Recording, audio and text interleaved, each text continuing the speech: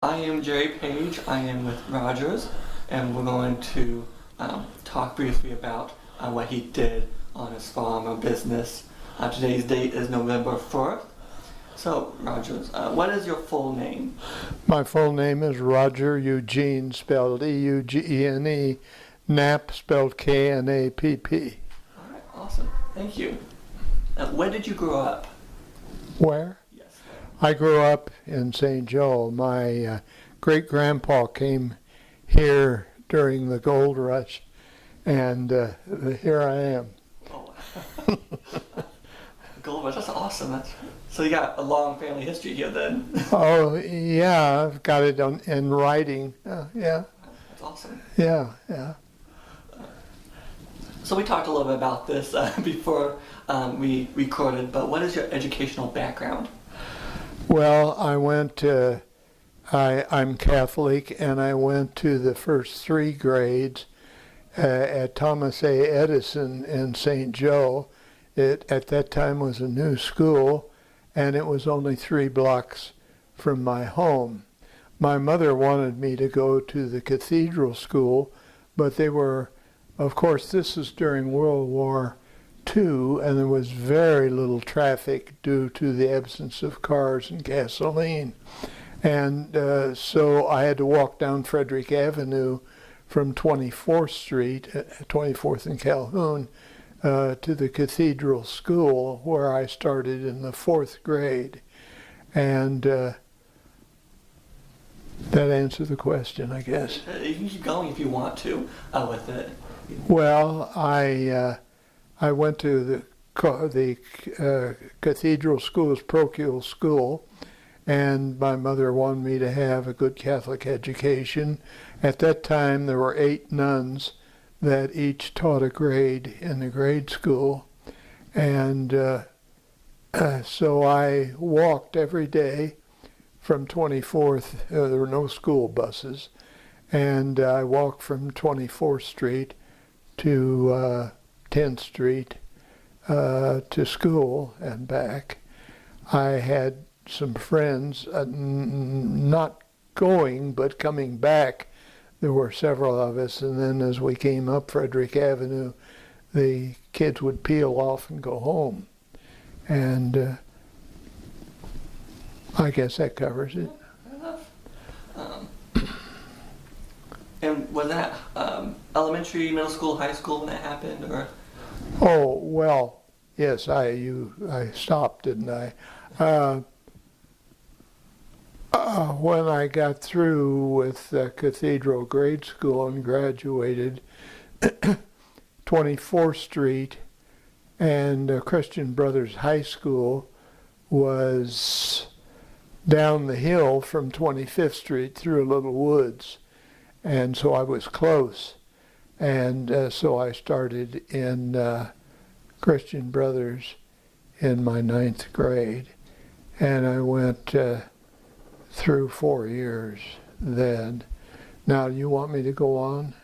Yeah, if you don't mind, yeah. So when I graduated from there, my father was a victim of the Great Depression, and that left a stain on me that is even still there today.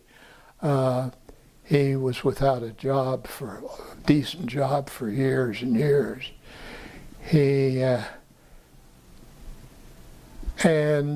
So I went to Christian Brothers for 4 years and graduated from there in 1949.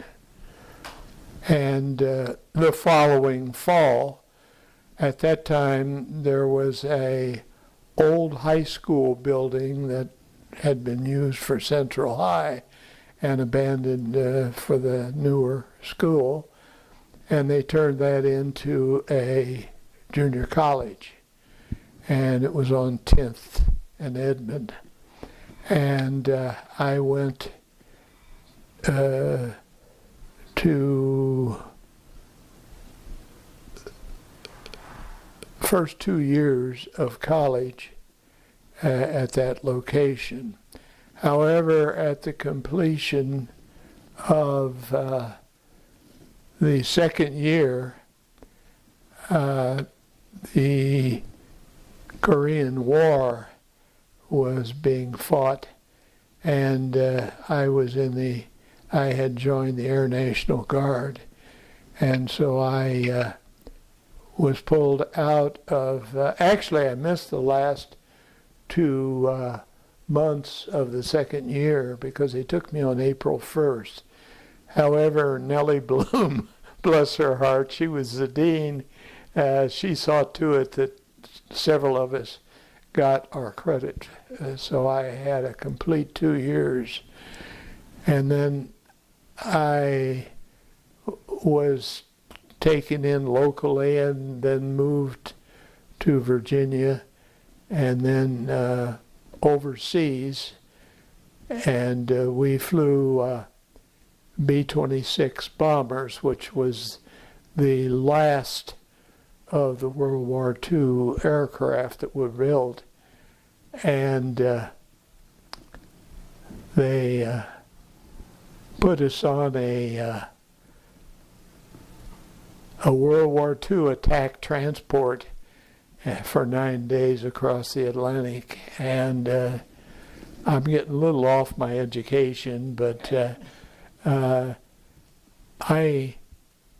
that was the worst 9 days I ever spent on a troop transport in the uppermost bow and the high seas, and I I might ruin your appetite if I went into detail. But anyway, I was in France, and I think that was really part of my education. I was a buck sergeant, 3 stripes, and they dumped us in a tent camp that had been a World War II German Luftwaffe base that had still had ammunition, bunkers, and the whole thing from the Germans.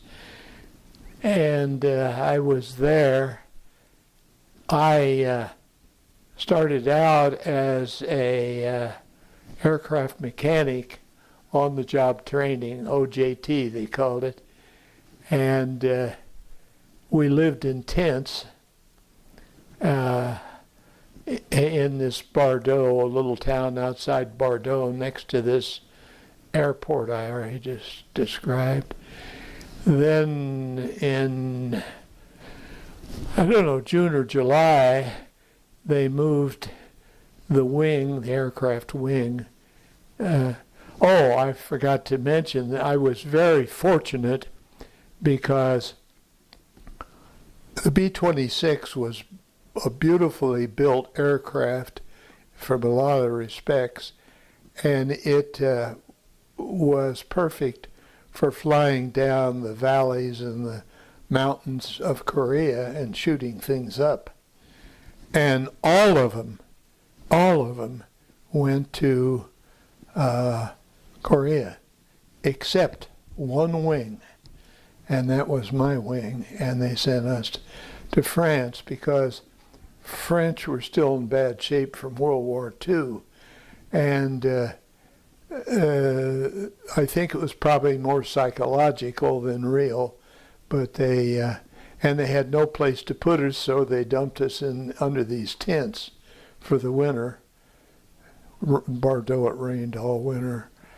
And then the next spring, they sent us to Laon, L-A-O-N. It's a little town, ancient town in the north and west of 70 miles or so from Paris. And during that time, they changed my MOS, as they call it, my military service number, from an aircraft service engineer, they called me. They changed it to a flight engineer.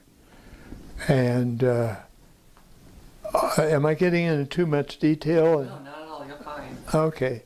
Well, I was moved from aircraft maintenance, engineer maintenance, to a flight engineer, and the B-26s only had one pilot, but they had two people sitting next to each other, the pilot and the flight engineer. And there were no controls for the flight engineer.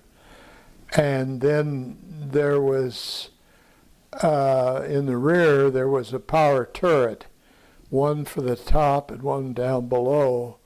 And they had like a periscope, and you were supposed to shoot down offending aircraft with that.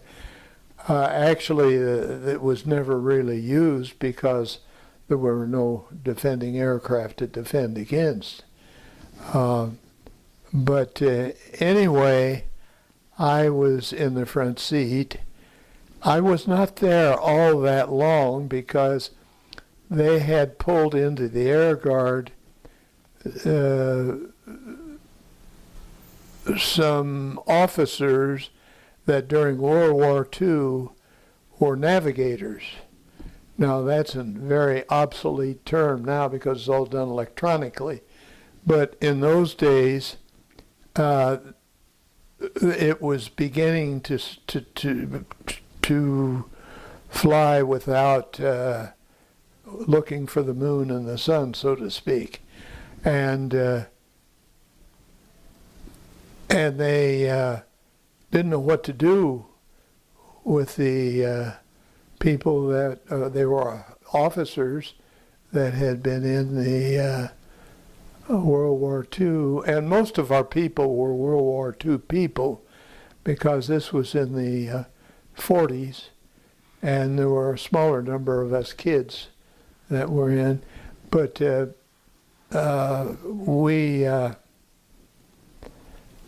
didn't know what to do with these guys, and so they made them aircraft engineer gunners. The gunners, because we had machine guns in the front of most of the aircraft, and so anyway, that kicked me back off of the flight status and back in the maintenance area. So, okay, where do you want me to go now? Let's talk a little bit about the business you owned or operate. I'm not familiar what you did, so you might want to go into that a little bit. Okay, all right. I came back. I was gone. I missed 1 year of college, and I had finished junior college. And so when I came back, I got a free ride, so to speak, on the veterans.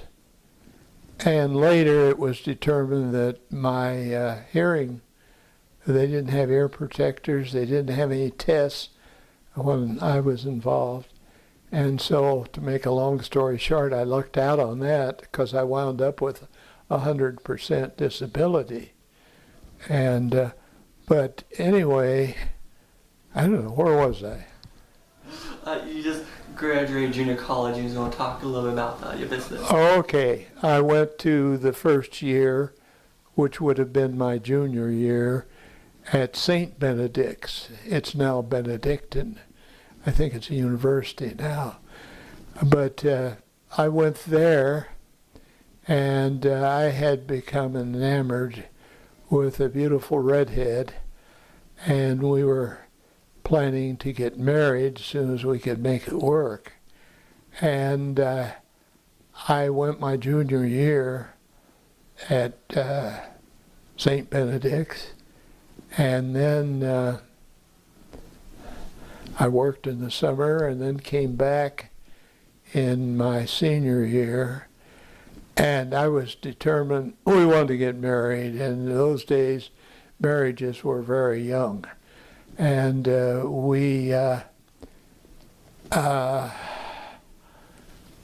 so I came back, and I was determined to finish my fourth year in 3.5 years.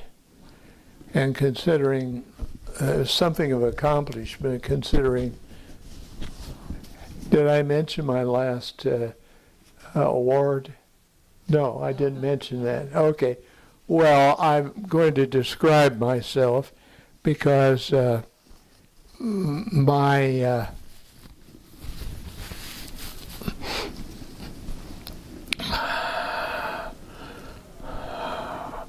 give me a minute to line my thoughts up. Take your time.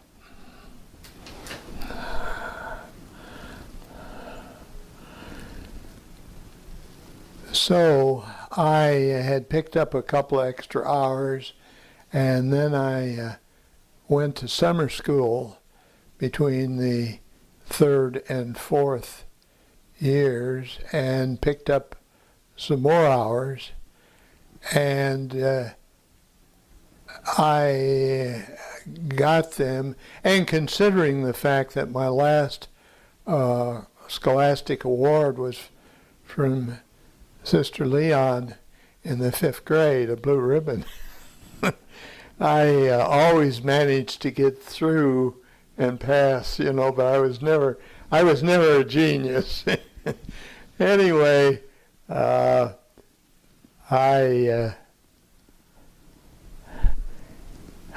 worked up enough extra hours, and then I went over to the Mount St. Scholastica, which was the girls' school. Benedictine was St. Benedict's was boys only in those days, and then the girls were across town. And the girls had a summer school, so I went over there and picked up some hours. And so I scuffed up enough hours one way or another that they gave me my degree midterm, and I officially graduated in the spring. You guys are still working, okay? So I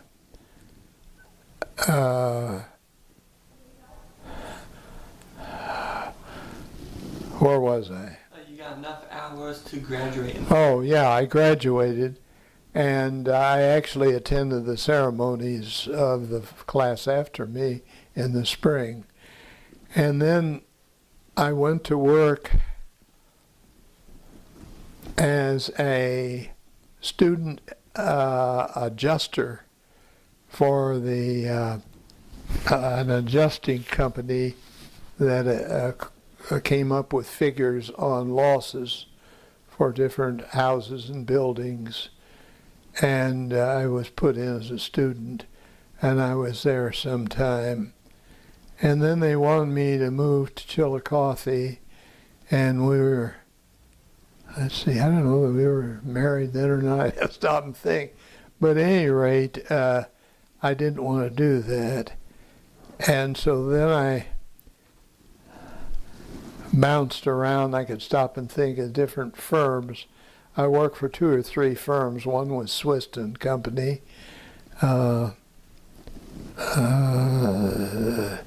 They had the beginning of computers in those days, and they, what do you call it when you, incentives, and I'm struggling now for what they call that. It was a system at that time, and I was not a detail man. I was not good. Well, this type of work, there were no computers, so you had slide rule, and it was miserable for me. And then they eliminated a bunch of people, and I was one of them. And so then, in those days, things were very rural in northwest Missouri, northeast Kansas, and a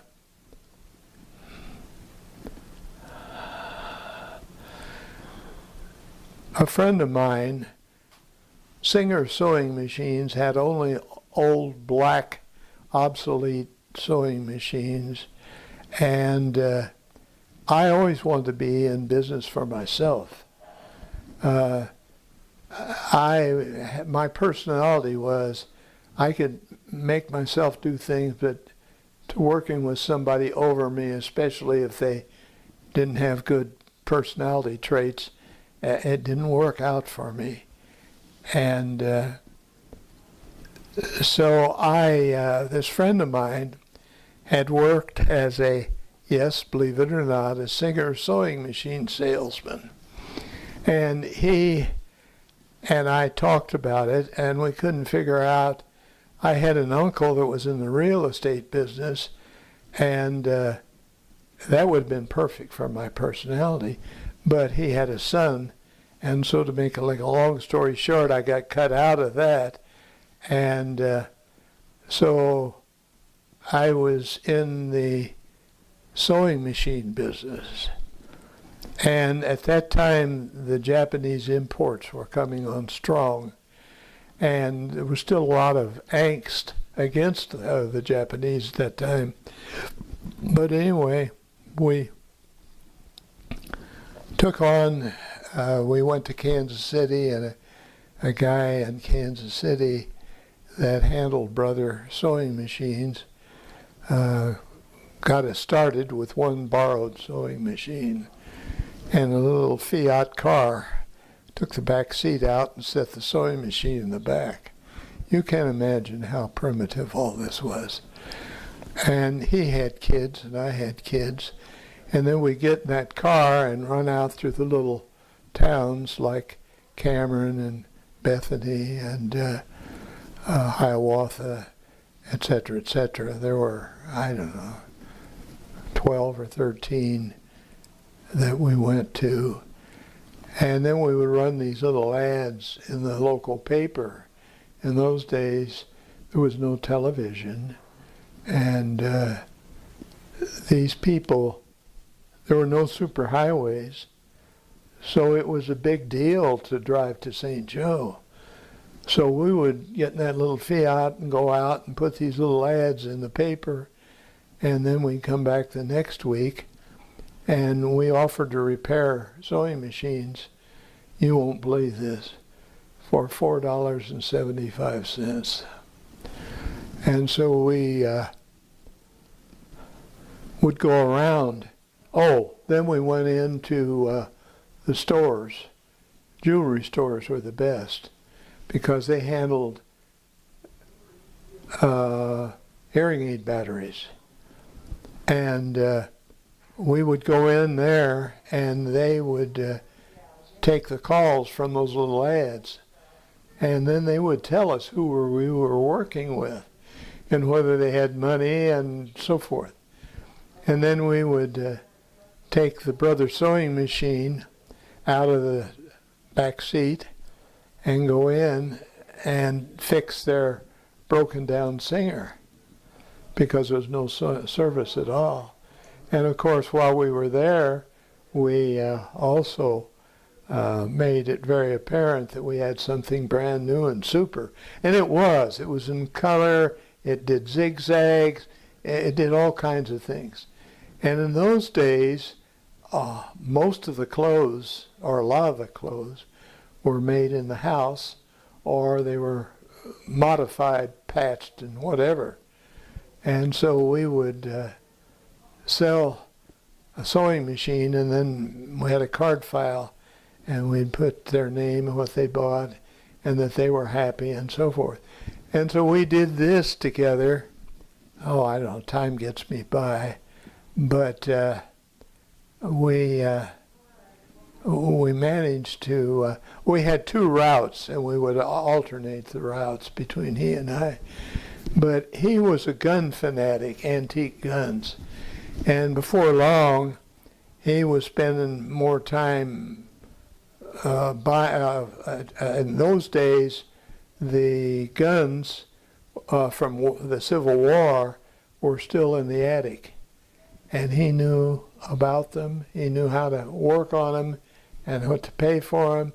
And before long, he was making more than I was. And I was not getting in the gun business. So I was eating lunch in Albany, Missouri, and I ran into a fellow I knew just slightly, and he was in the hearing aid business. And in those days, you can imagine how primitive it was. there was no such thing as a master's degree and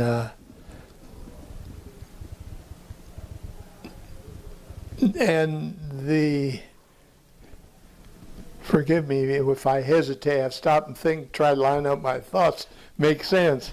But I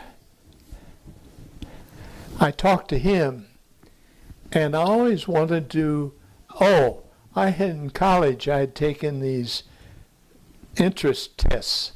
They didn't have computers, but they had these tests that they give you to show your interest. And I was always interested in helping people and the idea of helping them, make them hear better. But the business at that time was so crude and disliked. People hated hearing aids.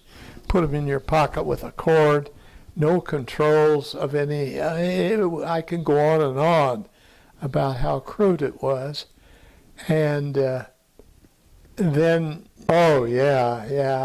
and people, and if I didn't have anybody I'd try to get people to refer me once I had them hearing and happy, then I would get their name of their friend, and I'd go down the street, and I'd knock on the door, and I'd say, I told them who I was, and that a friend of yours mentioned that you had some hearing problem, and then I'd take it from there.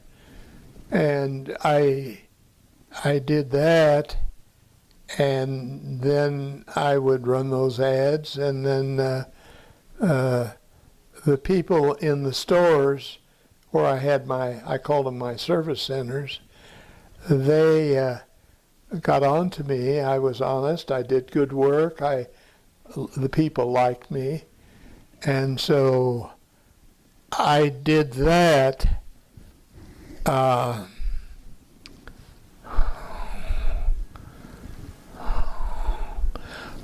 wanted to say that I started out my business with my friend and myself on the sewing machines with a capital investment of $25.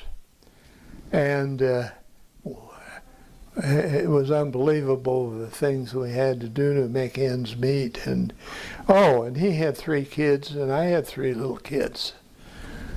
And so anyway, I gradually, he didn't want to get into what I was in, so we split it up. And then,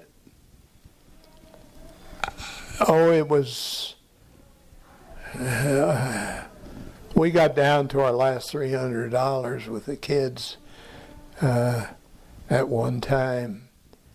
And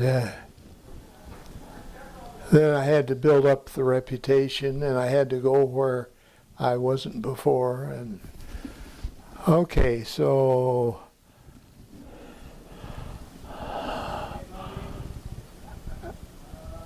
gradually, that's when I first knew about an audiologist. There was a guy that had just taken a master's degree in Chicago, and he was calling himself an audiologist. And I went to all kinds of schools. In those days, the hearing aid companies, there were several of them, would have schools in different towns. And they would even, later on, as it got bigger and better, I went to Germany, to Bavaria. I went to a school in Greece, went over into close to Turkey. I went to London. If I sit here and think all the places, because that was the incentive that they had, accommodation. It also gave us hours, and then I was a board certified hearing aid audiologist, which doesn't exist anymore, of course. And then that started something of a minor war, between the audiologists who were scared to death of their weak situation and of us, them getting all kinds of certifications, etc., over time. And so I eventually opened an office on the Belt Highway. Well, I downtown first. And downtown at that time was just after now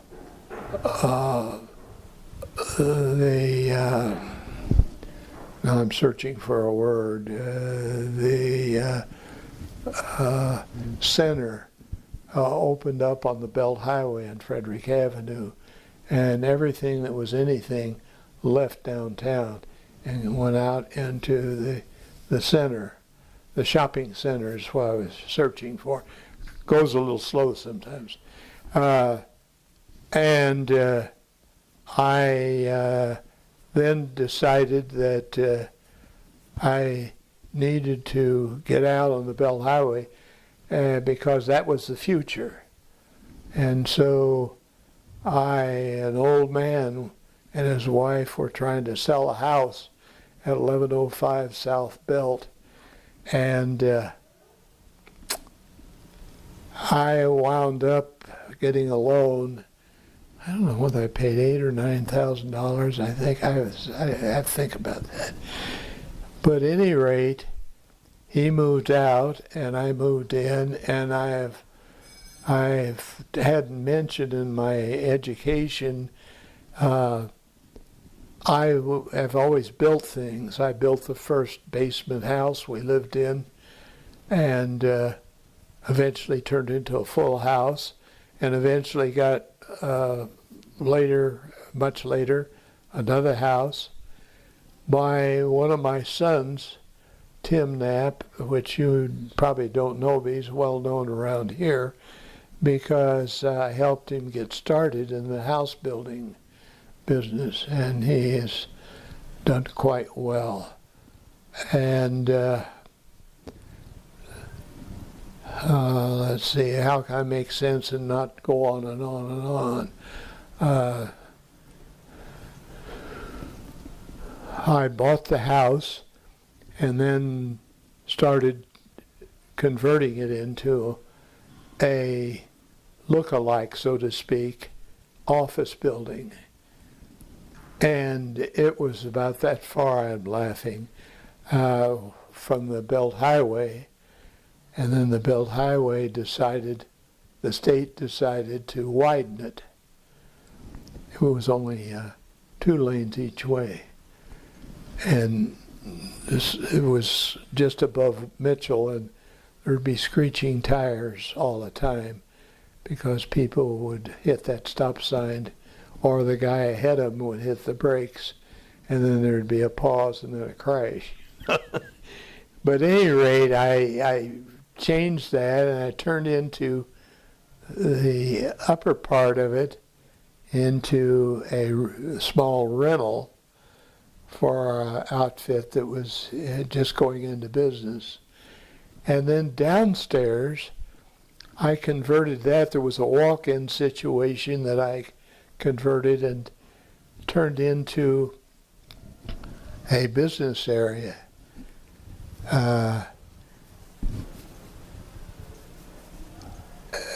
And I then got the wild idea.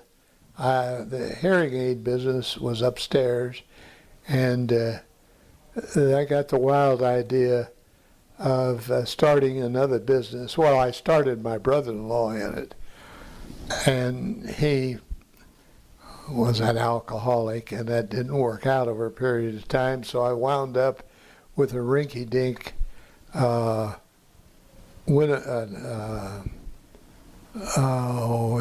were all painted red. I didn't think I ever known the outfit that sold lawnmowers and yard tractors and so forth.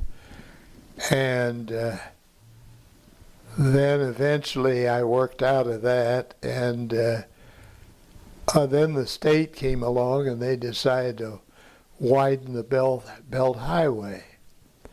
My address was 2305 South Belt, and there were 3 little houses originally, and one was turned into one on the end, the radio station. There used to be a radio station.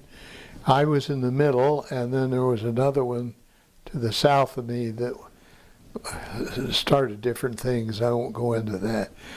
But at any rate, I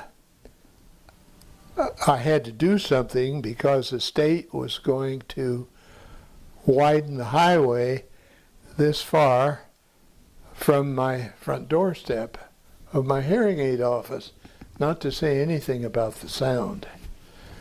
And so they sent estimators out what they were going to give me, and they were going to give me about $200, I think, to take 3 feet. But in order to take the 3 feet, they had to take my big sign down and move it within just a short distance of my doorstep. So then I had to get into a new experience, and that was going to war with the State Highway Department. And they had these guys, they were a couple of real estate guys, and they were interested in a commission, not what it was going to do to me, you know. And so then I found myself an attorney, and they went big time. They got some real good people to testify. But this guy that I got found a guy that specialized in this sort of thing in southern Missouri, and he got him to come up, and we went into a lawsuit. And now you got to remember what dollars were worth then and what they're worth now. And the dollar, they had offered me, I think it was 2.5, or it was a ridiculous amount. And we went to war in the courthouse, and it was very interesting, very educational. And I'm not going to bore you with all the things that went on in that courtroom.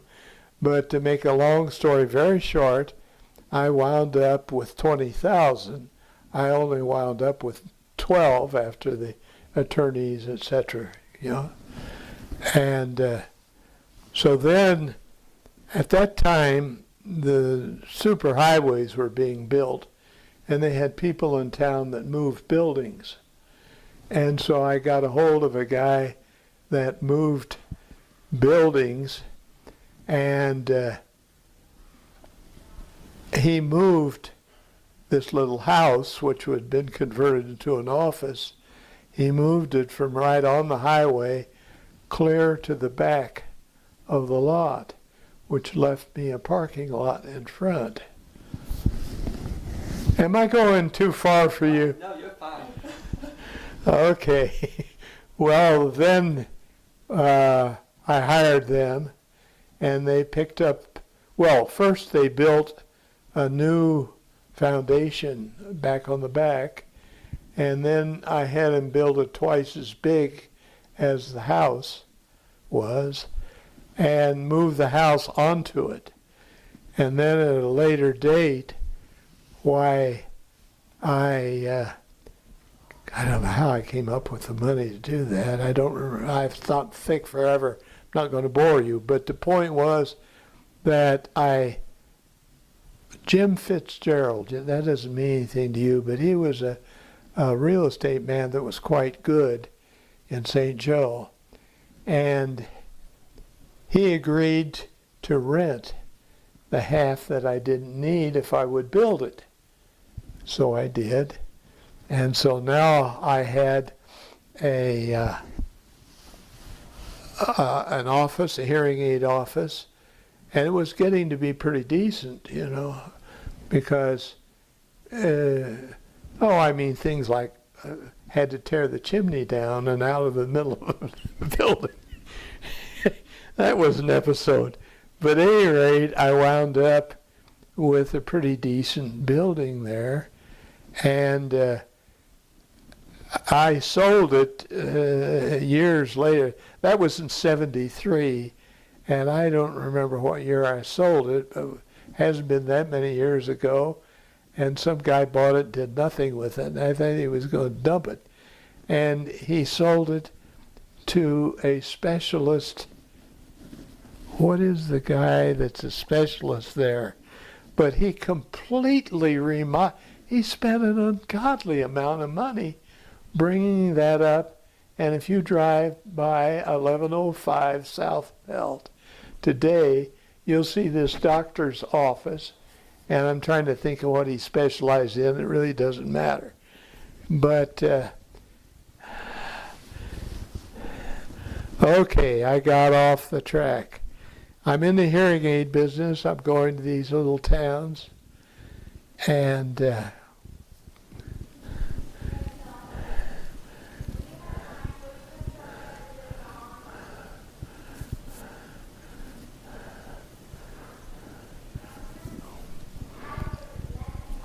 now there's a gap there that I'm not putting into good order. It'll probably pop back into my mind. But at any rate, that's how I got started. And I kept up several of the worthwhile towns. And at one time, I mentioned, I think, that we got down to $300. I had at least 3 kids at the time. And, I know something very important. I wanted to educate my kids. In those days, there were kids all over the place.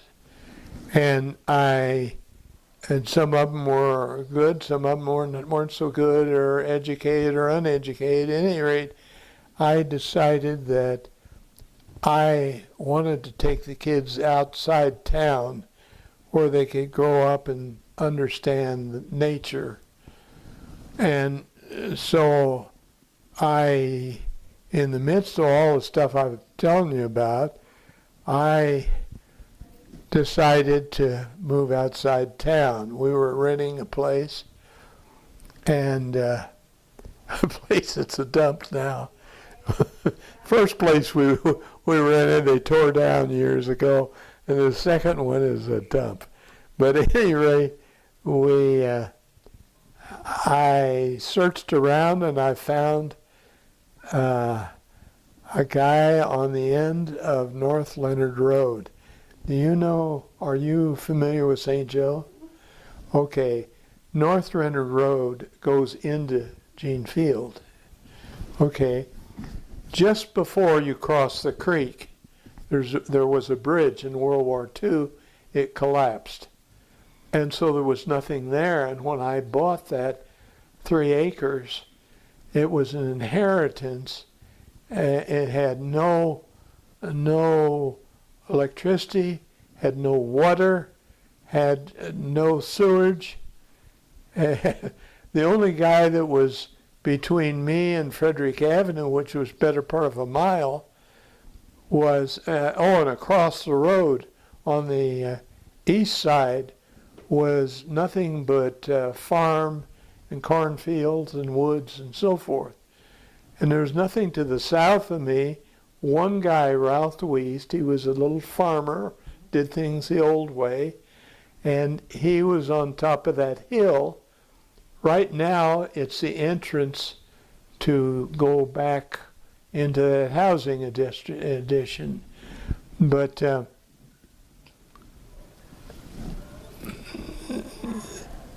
so Ralph was, he did things the old way. And so I bought that for $1,300. That's 3 acres. And then we had to get water, and we did that from a well and cisterns, and I could go on all night long telling you about that. And then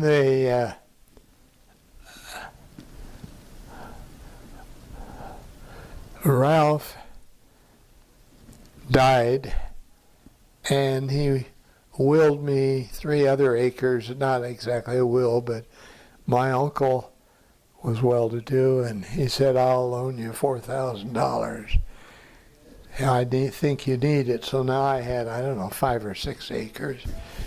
And then eventually, after years of living on a septic tank with 8 people, and the drainage tubes won't work, and the hill, there's a hill like this. Right now, I have a house back off Leonard Road, 100 and some feet, but I cut a hole in the drainage tubes, and the sewage, it was outside the city, and the sewage trickled out into the pasture. 8 people. Eventually, that basement house, it took me 10 years because I didn't want to borrow money. And so buy a window here, a door there, and my wife was going like this, you know. Oh, she was good to me, I'll tell you. A lot of women never put up with all that. But it eventually paid off because Ralph, he lived on top of the hill, and in those days there weren't any television. There were neckers, kids that wanted to smooch, and they discovered North Leonard Road. They go past Ralph's house down the hill to where the bridge was washed out, and then they'd sit there playing the radios, and the radios consumed lots of electricity, and then they would have dead batteries, or the snow would trap them, and they'd be... And poor Ralph, he woke up one morning, he looked out the window, and there were tracks all the way around his house. And I could go on and on about Ralph. He had no modern plumbing. But anyway, and I could go on and on about the things that happened on Leonard Road while we were trying to change it from a gravel and mud road to a blacktop and then to a paved street. I'm not going to go through all that. But at any rate, the business, it survived, and then I got involved in my son. We turned my acreage into our first housing development, and then I went on with him a couple more developments on down toward the church down there that we developed from just a green space. So, pardon me, then I never did borrow money, so I never had to worry about somebody taking possession of my house, because with those kids, I didn't have any money. So, the business gradually grew, and I became well known as a nice guy. I'm patting myself, as a nice guy who took care of his. See, in those days, there were these clowns, and they'd come in and they'd stick a hearing aid on the person, and out the door they went, and that was it. But I had my people come back after a week, ask questions, insisted they come with their wife because she was a big factor. And then I would have them come back in periods of so many weeks, and I would get them to ask questions. People love to ask questions. And I got involved in Dale Carnegie in the meantime of all this, and does that mean anything to you? A little bit, yes. Okay, well, I was desperate for confidence. I was an only child. I didn't grow up with others I could share with, and so I stumbled onto a Dale Carnegie course, and I was involved in it for years, assisting with the instructor, and later on I went to the teacher's school, which I didn't pass, but that was nothing new. Nobody did the first time. But I didn't go back because I had kids to raise. But that made a tremendous difference in my confidence. And all this time I was doing a lot of praying because I'm a devout Catholic. And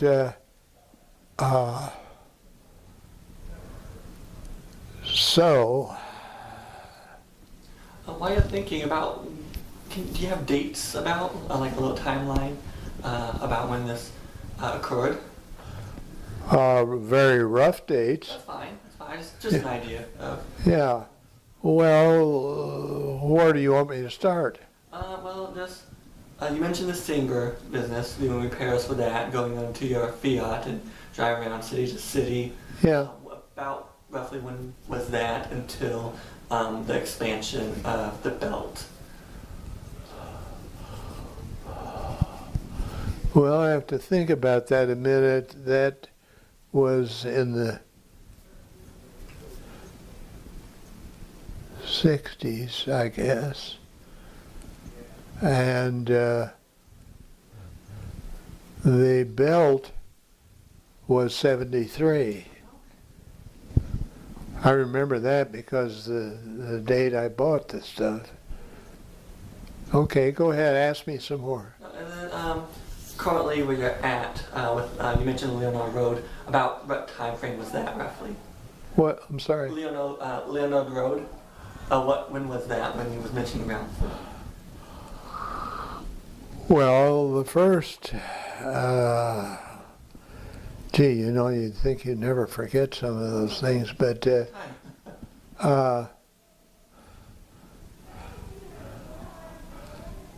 we went into the first rental when we got married.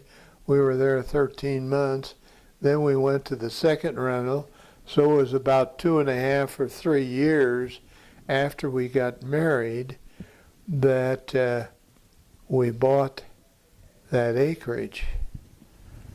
And my wife's family thought I was insane, buying a piece of property on a gravel road that wasn't even graveled, and taking my kids out there and raising them, So then after we were there for several years, after we went out there, then we built the basement house. And I didn't even mention that. We were on a gravel road that dead-ended at our driveway. There were no neighbors around. Across the street, across Leonard Road, was wild woods, really, across from us. And now I've lost myself. Where was I? Okay, you were mentioning Leonard Road, but I think right now would probably be a good stopping point. Okay. Being with time. Okay. And whatnot, but Okay. I can talk to Becky, maybe try and interview you in the future if you want to do it again. That'd be great because I enjoyed interviewing you and just listening to you talk. So everything you said was amazing, just awesome. Yeah, I'll work with you. Okay, I appreciate that. I'll ask what Becky if she's okay with that for me coming back and all that. So Go I ahead. gotta go through with that, but I appreciate your time so far. Well, you know, for me, it's good for me to do this. So, and if I can be helpful, that's a part of my personality, and that's why I was successful. I had a good reputation. For 55 years, I fit hearing aids, and I was well thought of. And yeah, it's amazing. Those people were all old, but occasionally I have somebody that still remembers that, you know. So, good talk to you. Likewise, I'm gonna go ahead and pause recording real